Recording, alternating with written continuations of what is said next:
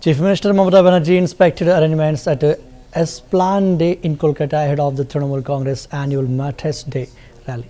The event commemorates the 1993 police firing that killed 13 youth Congress workers. During a protest led by Banerjee, this year's rally is expected to draw lakhs of supporters and serve as a launch pad for the party's 2026 election campaign. Banerjee emphasized themes of democracy, Bengali pride, and alleged mistreatment of Bengali-speaking migrants in BJP role states. She also accused opposition parties of attempting to disrupt the rally and urged attendees to gather peacefully despite flood-like conditions in parts of West Bengal.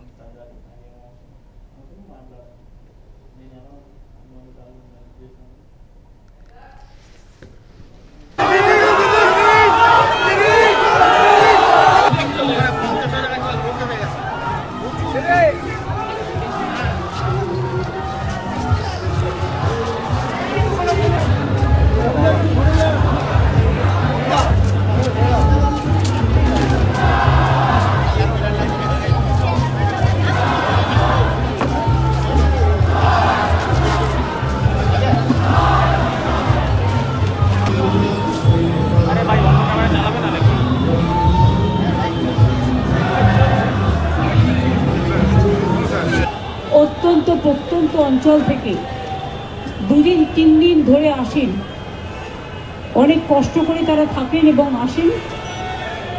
তাদের সকলকে আমার আন্তরিক অভিনন্দন জানাচ্ছি। ইতিমধ্যে প্রায় লক্ষাধিক মানুষ গ্রামগঞ্জ থেকে এসছেন। যদিও চারিদিকে জল ছাড়ায় এবং অতিবৃষ্টির ফলে অনেক অঞ্চল জল প্লাবিত, তা সত্ত্বেও প্রাণের টানে, শেকড়ের টানে এবং শহীদ স্মরণে, শহীদ তর্পণে এবং এই দিনটাকে আমরা শহীদ দিবস হিসেবে পালন করি। তার কারণ হচ্ছে আজকে যে গণতন্ত্র আপনারা দেখতে পাচ্ছেন বাংলায়, যে যাই কুৎসারটা, আগে তো একথা সত্য, মানুষ ভোট দিতে পারতো না।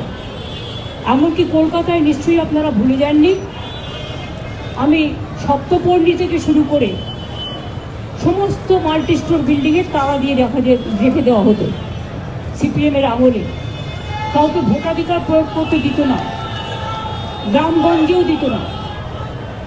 এই অবস্থায় আমাদের বিরাট আন্দোলন হয়েছিল এবং সেই আন্দোলনকে দানা বাঁধতে গিয়ে সিপিএমের কোনো ক্ষমতা ছিল না সেদিন সেই আন্দোলন দমানোর। গণতন্ত্রের কণ্ঠরোধ করে তারা এমনভাবে গুলি চালিয়েছিল যে 13 জন স্পটে মারা গিয়েছিল এবং প্রায় 200 জনের মতো, তার মধ্যে 150 জন পুলিশের গুলিতে আহত হয়েছিল। দাবি ছিল একটাই, no ID card, no vote.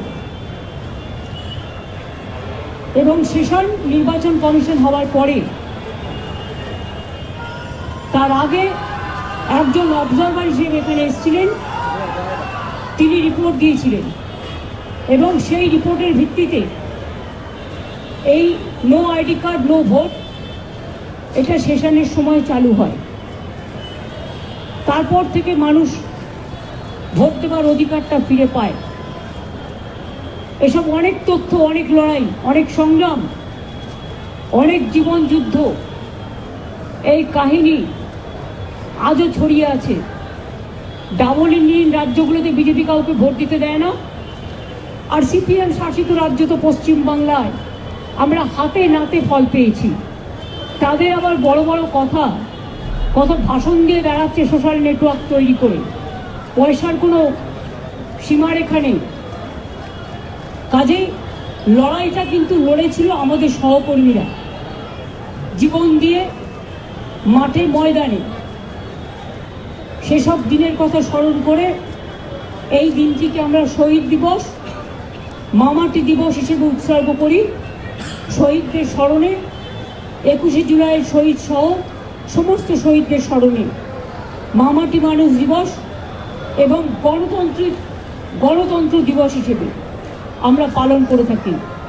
প্রায় 33 বছর ধরে এই প্রোগ্রাম এই জায়গাটায় হয়। তার কারণ এখানে অনেক